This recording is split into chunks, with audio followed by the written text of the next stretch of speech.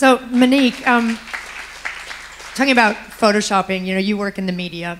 Why do you think that so many people still aspire to this kind of perfect image that's kind of portrayed out there in the media? I guess because we see this ideal presented so frequently, like, you know, the mainstream media and Hollywood is, you know, it is showing us images of perfection consistently. So because we grow up viewing that, we think, well, that's what I have to aspire to be like. So we're so used to seeing it, it becomes ingrained that we eat ourselves up trying to be like that, even though that is kind of, you know, unattainable. And it's so admirable when people, you know, like Kate Blanchett, didn't she do that magazine cover a little while ago where it was unphotoshopped, so you could see, you know, she's absolutely gorgeous, like naturally beautiful, and there was maybe a slight hint of a wrinkle or something on her face, but she was just so gorgeous. So it's so admirable when people like her, you know, and people like Tara just put themselves out there for who they are.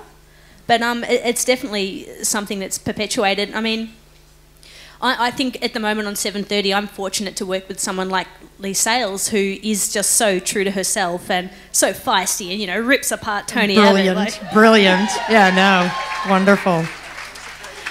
And I think she's an example of just a genuinely strong, smart, but sensitive woman who is kind of fronting this TV show. Like, you know, 7:30 had that history of Kerry O'Brien kind of being this really aggressive, dogmatic host. So when he left, and they initially had 2 new hosts on 7:30, so they had Lee Sales and Chris Uhlmann, who's like the political editor at the moment, so they had co-hosts, and that wasn't working. And I mean, I'm a little biased, but I would say Lee was clearly better at the gig. We've now got 2 new producers on the show, like executive producers, and I work for 2 super, super strong women, Sally Neighbour and Jo Pacini. And these women scare the shit out of me. Seriously. I've never had... I don't think I've ever worked for female bosses like them in my life. And there was an article that came out in a magazine recently because Sally Neighbour, who has a history on Four Corners, being a Walkley winning journalist on that, she's now our EP, and they were saying how she's like one of the most formidable forces in journalism, and throughout the whole interview she didn't crack a smile. But it's interesting that they make a deal of that, because if a bloke did the same thing they probably wouldn't, you know, bother commenting. But these women are really hard, but it's like I feel so privileged to be working on a show where my 2 bosses are chicks and Lee Sales is the host. It's like, sweet. So do you find that working with women, that women can be more judgmental than men in any way? I think it can be hard, yeah. I mean, because Sally and Jo, my bosses, they kind of work as a tag team, and I think sometimes one is away and the other one's there. When the other one is away, the one who's there is generally more chilled out. When they're both there, they're a little more hardcore. So I don't know if they're both kind of checking each other, going, you know, I just want to assert myself that I know what I'm doing and I'm in control here. So you do notice that.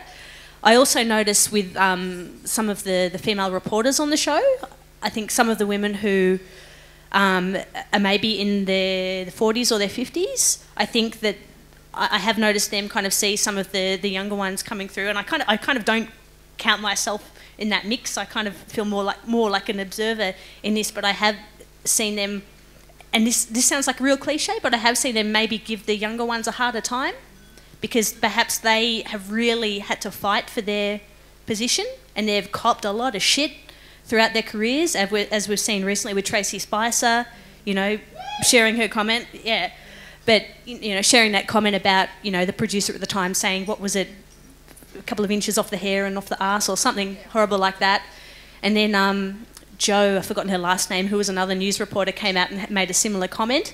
So I think a lot of more senior women in journalism have really, in front of the camera, have really had to fight for their positions and probably copped a lot of shit over their careers. So maybe they're seeing some of the younger ones coming through who haven't had such a hard time, and they're kind of like, you know, I can kind of understand where they're coming from in a way.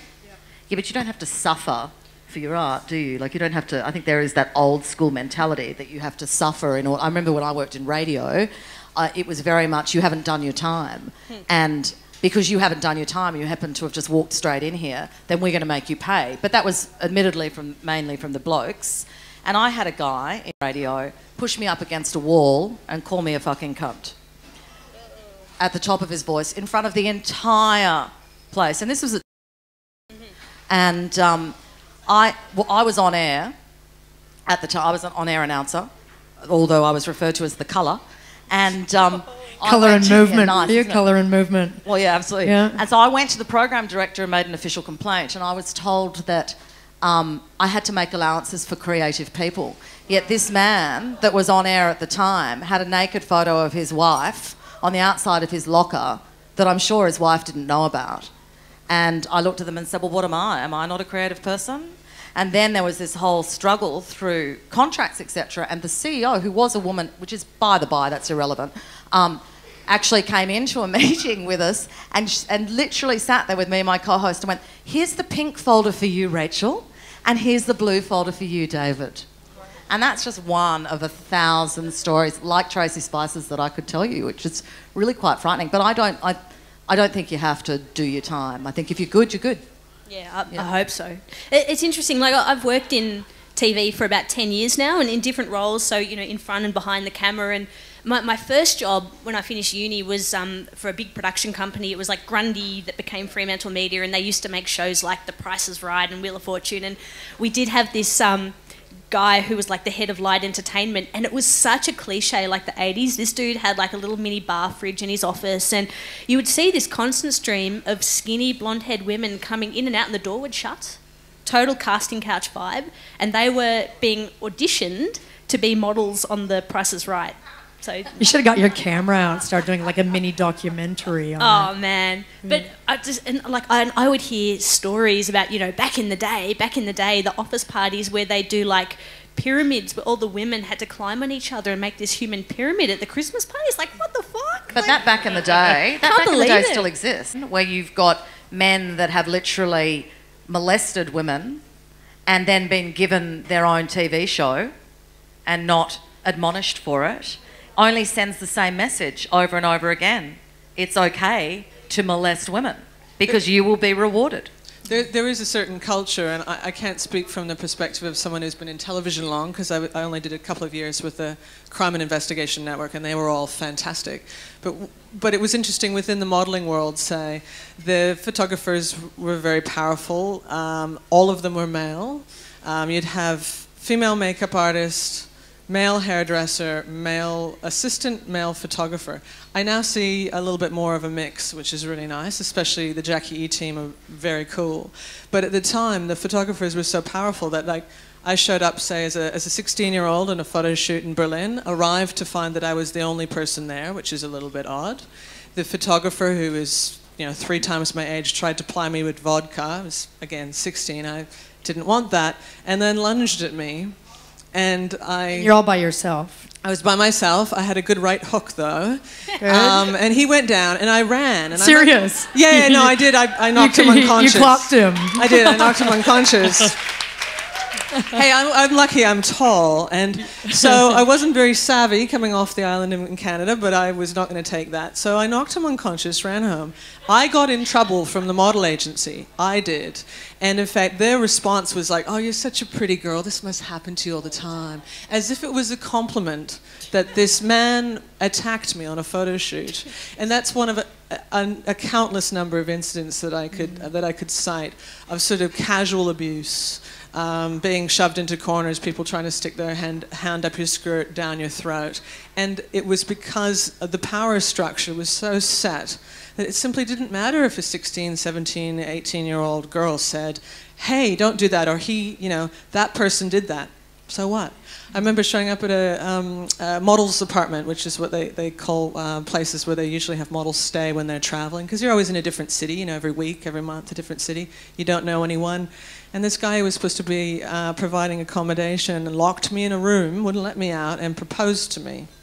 Didn't speak any English, barely any English, was showing me pictures of his former wives, who were children. And I was locked in that room and couldn't get away. Again, spoke to the model agency the next day. Obviously, I fought my way out, ran out in the middle of the night with my suitcase, with great difficulty. I was perhaps 18, probably younger than that. And when I spoke to the model agency, it was like, you know, you're so pretty. Yeah, you get used to it. Get used to it, it's honey. It's kind of nice that he proposed, you know. It was like... Stella, I can tell you're chomping at the bit. bursting. Sorry, Tara. I'm bursting because... She's bright. I know. I am bursting because I think this is precious time, and I recognise that all the women in the room, we have all experienced abuse, we've all experienced sexual... Many of us have experienced sexual assault. Many of us have experienced abuse at work. I'm a unionist. I work for a union. I work for the Nurses Union, which is the largest union for nurses and midwives in Australia, and a predominantly female workforce. Join a union. Make sure you join a union. Be a feminist. Talk to other feminists. Make sure that you talk to other feminists. We have to listen to the stories, but we have to move past the stories, because the stories lock us into a version of ourselves where we have been abused. And that is a truth. It's a truth. We have been abused. We are discriminated against. But we have to come out of that, and we have to talk to each other. We have to tell stories about each other instead of stories about them. We need to tell the stories of how we overcome these things, because it's precious time when we get together as women. I feel really strongly about this tonight. There's a lot of lesbians in the room. There's a lot of women who have lived as lesbians, and trans people in the room who have lived with structural oppression for all of their life, and they understand the experiences that you're talking about, and we need to make sure that we get to share the triumphs as well. As I'm just trying to turn this talk out, not disrespectfully, but I want to turn the talk to how we survive and how we do things as women, and how we actually bond together and overcome these things, because it makes me sink down in my chair just to listen to the punishment. And when you listen to the punishment too much, you start to take it on, and you go, oh, I remember the time when I was sexually abused when I was 16. I remember the time when I was raped when I was 15. These are true stories for me. I have been raped and sexually abused. I've been abused at work. I've been put down. I've been called a dyke. I've been, vilified, all of those things. But I don't want to spend my time on those. I want to spend my time on joining with other women and talking about the next steps and how we actually rise above those things. So I'm just asking that we try to turn that. Yeah. Tara, you wanted to have a little response, and then I want to go to you, Monique, and completely change gears. I guess I'd like to respond briefly, because I feel what you're talking about, and I don't identify myself with those experiences. No. However, I think it's really important to voice them, in part because I never have before, except tonight, but also because there's been a really disturbing conversation in the public domain lately that denies that sexism exists, and that denies that there are these issues remaining. And that is something that I feel very passionate about, that we need to call out this bullshit that women are dealing with all the time. We have to call it out, and we have to say, we all have these shared experiences, because we know that in this room, and you know that. And we're sitting here, we're already converted, we understand. But the people out there often don't. And it disgusts me to see the amount of backlash against just even bringing up the M word, misogyny, bringing up the discussion of sexism. Women get slapped down all the time for mentioning this stuff, and I think it's important that we rally together and say, no, we stand together, we have had experiences, and we are going to make a change by being open about this and having it not be a taboo. I'll be brief. But part of the change is actually using this we've got a really limited time here. Part of the change is actually talking about those successes right now. Like, we need to get to that. Yeah. That's what I'm saying. Well, I think it was a success that Tracy Spicer actually spoke about her experience in the media, because if you work in the media, to actually voice it is one of the hardest things in the world, and I think that's a major success. And I think without her discussing that and putting that out there, and without us doing stuff like that, like, I've never told anybody about like that. I think that gets other people to discuss it, and then the media picks up on it and then goes, okay, well, let's make change. You have to discuss stuff. You have to accept stuff before things will change. I don't know about you, but I need to know the why before I can know the how. Thanks, Rachel. Okay, I'm going to completely change gears now and head back to Monique. Monique, you did a very interesting documentary called Trapped in Your Own Body, which is an amazing success story in and of itself. Can you give the audience a little snapshot of that documentary, please? Yeah, sure. I guess it was a longer form story that ran on Hungry Beast on the ABC, the show that I used to work on, and it was a story about this woman, Marie Burke-Callis, who has locked-in syndrome, which means she is a quadriplegic who can't talk. However, her mind is 100% active. So inside her head, she's like you and I, but she has no way of really expressing herself or communicating with the world in the way that we do. She got locked-in syndrome because she was playing a game of netball, had a bump on the head, and had a stroke as a result of that left her in this situation. But she communicates through blinking, so that she has this kind of system where she kind of looks up and down that corresponds with this series of letters and numbers, which allows her to communicate with her family and her carers and stuff like that. But she just has the most kick-ass attitude. She lives this relatively independent life with her husband and a couple of carers, where she kind of calls the shots in her house. When she wants the garden landscape, she tells them exactly what she wants, and she kind of says, as long as your mind is active, you'll never be trapped. So when we generally hear about this issue in the media, there's a lot of stories about people with locked-in syndrome wanting, euthanasia to be an option, wanting to kill themselves and stuff like that. And Marie was very different. She didn't want a bar of that. She was really happy being who she was, being alive and living, because she was able to communicate through this kind of unique way. And we were lucky enough to be acknowledged with a journalism award for that story. But she was a pretty inspiring lady. Very inspiring. I suggest anybody to go and look that one up, because it's really an amazing little moment in media. It's great. Now, I'm going to pose my last question to the entire panel, and then we're going to open everything up to the entire audience. So get your questions ready.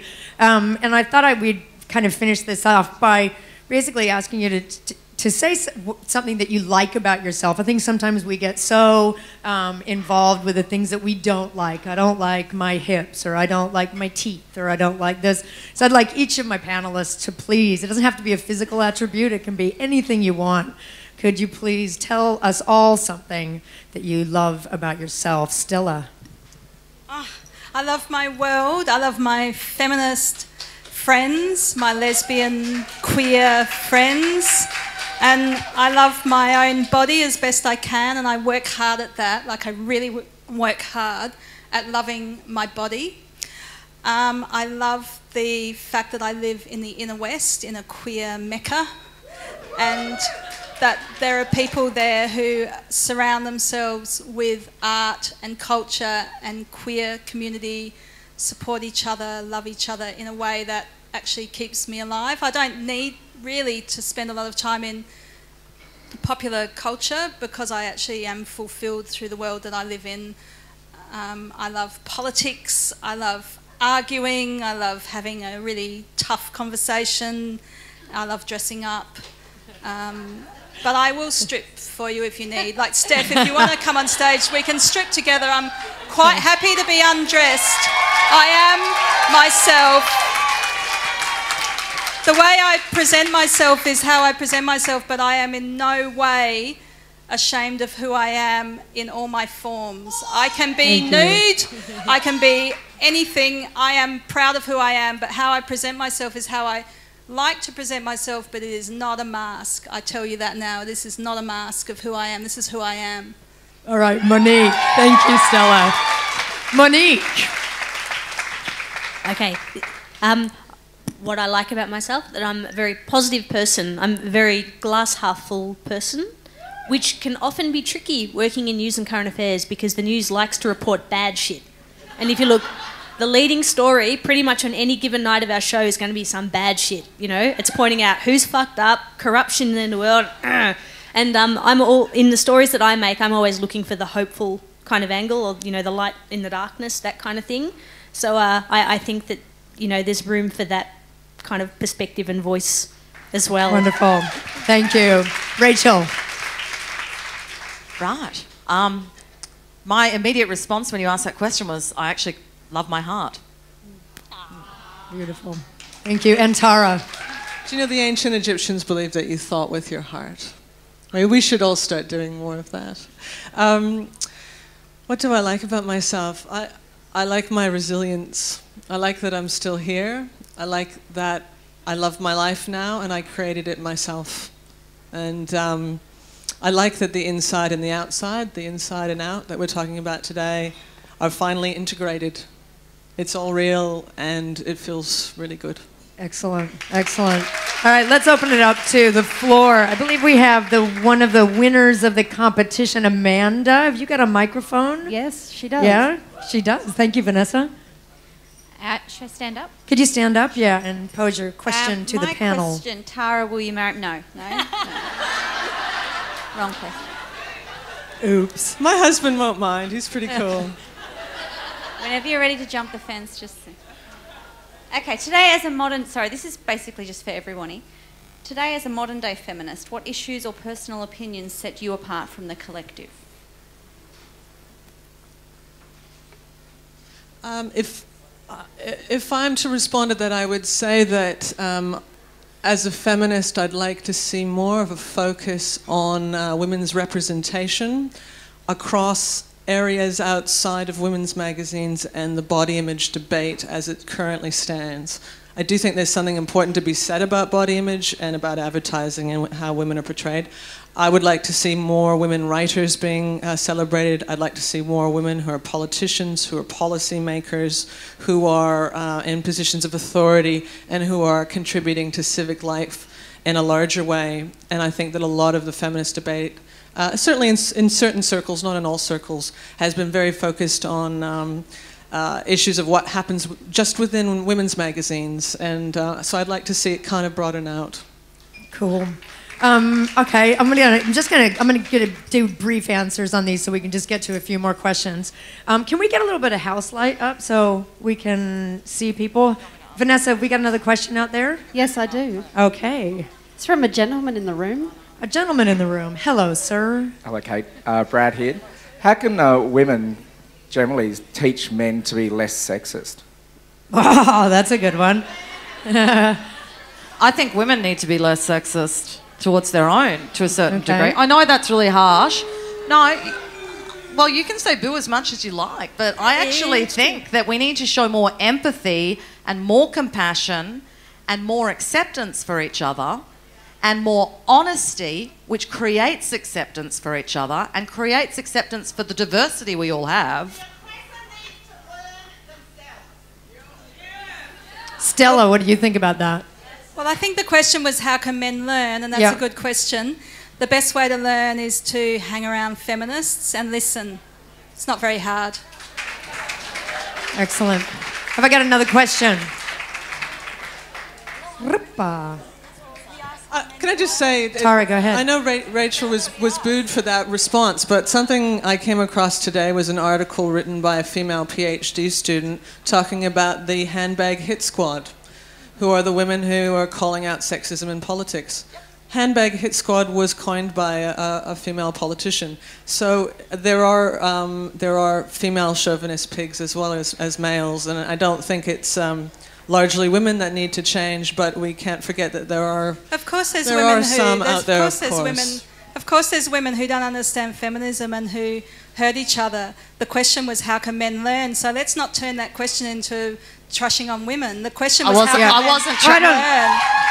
I wasn't trashing women. No, I don't think that's what Rachel was doing. I was not trashing women. But the question was how Rachel can was men doing. learn? So stay with the question. I mean, Yeah. if you're asking how can men learn, then find the question. That don't actually immediately go to criticising women. I understand. I what wasn't you're trashing saying. women at all.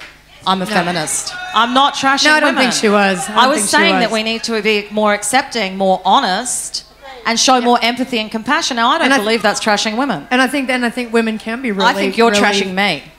Yeah. Let's just remember, everybody play nice, or I'll have to make you leave the room. Doesn't mean that you can't have your opinions, but let's try and not be too out of control. Have we got another question out there, Vanessa? Over there. Hello, can you hear me? Can you speak up Yep. just a little bit, because I can't Okay, see you. is that better? Yeah, that's better. Okay. I guess before I ask my question, I'd just like to reinforce the need for respect in dialogue, some of which I'm starting to not see very much Absolutely. of. Okay, so my question is, and it's to the whole panel, but I would be very interested in Tara's response in particular. Women can be very judgmental about other women, especially with regard to dress and appearance. So the first question is this amenable to change? And the second question is, do women in general believe that beautiful women, especially ones that fit the stereotype of beauty, can't be authentic? Those are both excellent questions. I guess I have difficulty in being able to immerse myself in sort of other people's worlds and other people's perspectives on this, because my personal experience has that been, in terms of the way I've been treated, I've had problems mostly with the opposite sex and not with women. My mentors have been female, my friends are largely female, my supporters professionally and personally have been largely female, and the negative experiences I've had to do with image have largely come from men. I also love men as well, but when people talk about how women judge each other very harshly, I understand that they have reasons for those views, and some of that is documented, but I just can't speak from experience on that. I have found that when I made the switch to publishing, for instance, it was accepted by women immediately, and it was men who found it very difficult, who'd walk up to me and say, "Oh, great, so who wrote your book for you?" They'd say, really innocently, it wasn't even malicious, they just couldn't put the two things together. So, you know, women judging one another, sure, it happens, but I'd say that when we look at things like women's magazines, I'd say we also have something else called men's magazines. They do the same thing. They judge women on appearance. And this is just a symptom of a culture that values women for their image and for their fertility. And anyone who doesn't fit into that bracket is kind of ostracized. So I think when we make a bigger change in culture and we start to, as a culture, value women for their abilities and achievements, like we right now do for men, then all of those various things will change, and women won't get sucked into this kind of vortex of being obsessed with what other people are wearing. I don't know if that really answers your question, so I apologize if I wasn't Does that able answer your question, Janet? to sort of answer that in a more direct way. Janet? Yeah? Okay, cool. Because I think it's important. I mean, right here, we've just had a little bit of an outbreak with actually women being judgmental. You know, right here. I mean, we can see that we can be super judgmental just in a just a flashpoint. I think it's really important to remember that. That's about image, because when Stella voiced her own truth, which was, I think your world is different to mine, that's a perception based on all you've seen in 5 minutes. And this is what we all do. We all do it to each other. Within a second, we've made a judgment and a perception. We've decided who you are and what box we're putting you in. But I don't know you, and you don't know me. And once you spend time with those other women and you get to know them, because women, that's how we bond, by sharing, you start to realise that box actually doesn't exist. Well, my perspective on that is that there's different worlds. There are different worlds. I'm not making a judgment of you quickly. What I'm saying is that my world is a lesbian queer world, and in my lesbian queer world, the magazines I read are Slit, Lottle, SSO, SX. I read magazines that reflect my world. But you don't know what I read. No, what I'm talking about is when you talk about images of women in popular culture, I recognise that, but I have a different world in where I look at. So I'm not actually trying to be judgmental. I'm actually trying to explain that.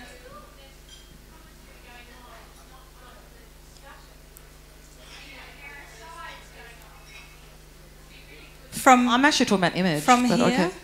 I'm actually trying to make peace, because I'm trying to say that there are different worlds that women circulate in, and they get their they get their signals from different worlds. So Stella, I don't have a problem with you at all whatsoever. I don't think either you have any problems. But let me just move things around a little bit. I mean, because we're talking about image and we're talking about judgment. I mean, I would ask, are human beings just innately judgmental? Yes, you know, 100%. are we? That's what we're talking about. I mean, we do. I mean, we do look at people and we do make judgments based on eye color, on whether we think that they're beautiful or whether we think they fit our image of whatever we're into. Are we innately judgmental, or what do you guys think? Of course we are. I think we have to be, because everything in the world is relative. So everything is only comparable to your lived experience and what you know about the world. So and culturally, we have different ideas of what is beauty. We have, whatever culture you live in. But the thing is that, I mean, I think image is really interesting, and I've enjoyed image. I enjoy dressing up. I'm a bit of a closet Victoriana goth, and there's nothing more that I enjoy more than getting dressed up like that. So I do enjoy image, but when we talk about this instant judgment, these are very superficial interactions, and I would like to hope that our lives are not overwhelmed by the superficial interactions. I mean, surely we have friends and we are engaged with real people. We have family and loved ones and people we share our lives with, and they don't judge us on those superficial things. I really don't care what the person walking down the street thinks when they do the instant scan. It's not going to be a big part of my world. I don't know that person, so I really don't care. So I understand image can have an impact on people's lives, and it certainly has had an impact on mine, but it's not what my life is about. Those superficial interactions they don't rule my world. Stella, closing word. Well, the superficial, I challenge that it's superficial. I think that the way you present yourself in the world can actually have a lasting impact on people. Who was affected by David Bowie, Annie Lennox, those people who actually shook our worlds up, who made us think that we could be different. It is about presentation of self. Some people present through their physical image, other people present through their words, through their activism. It's of equal value. What I see is that the value of presenting yourself in a visual means is as equal to presenting yourself through a musical means, through a written means, through an activist means, through a political means. All of those are equal value. And what you're saying through your presentation of your image is the medium that you choose. I choose mediums of visibility, activism, political activism through my queer community. Other people choose mediums that suit them. They are of equal value. It does matter to me how people see me. Thank you very much. Please thank your panel, Stella, Monique, Rachel, and Tara. This is clearly a very interesting subject, and we all have a lot to say about it, because there's one thing we all know is that we all walk around with an image idea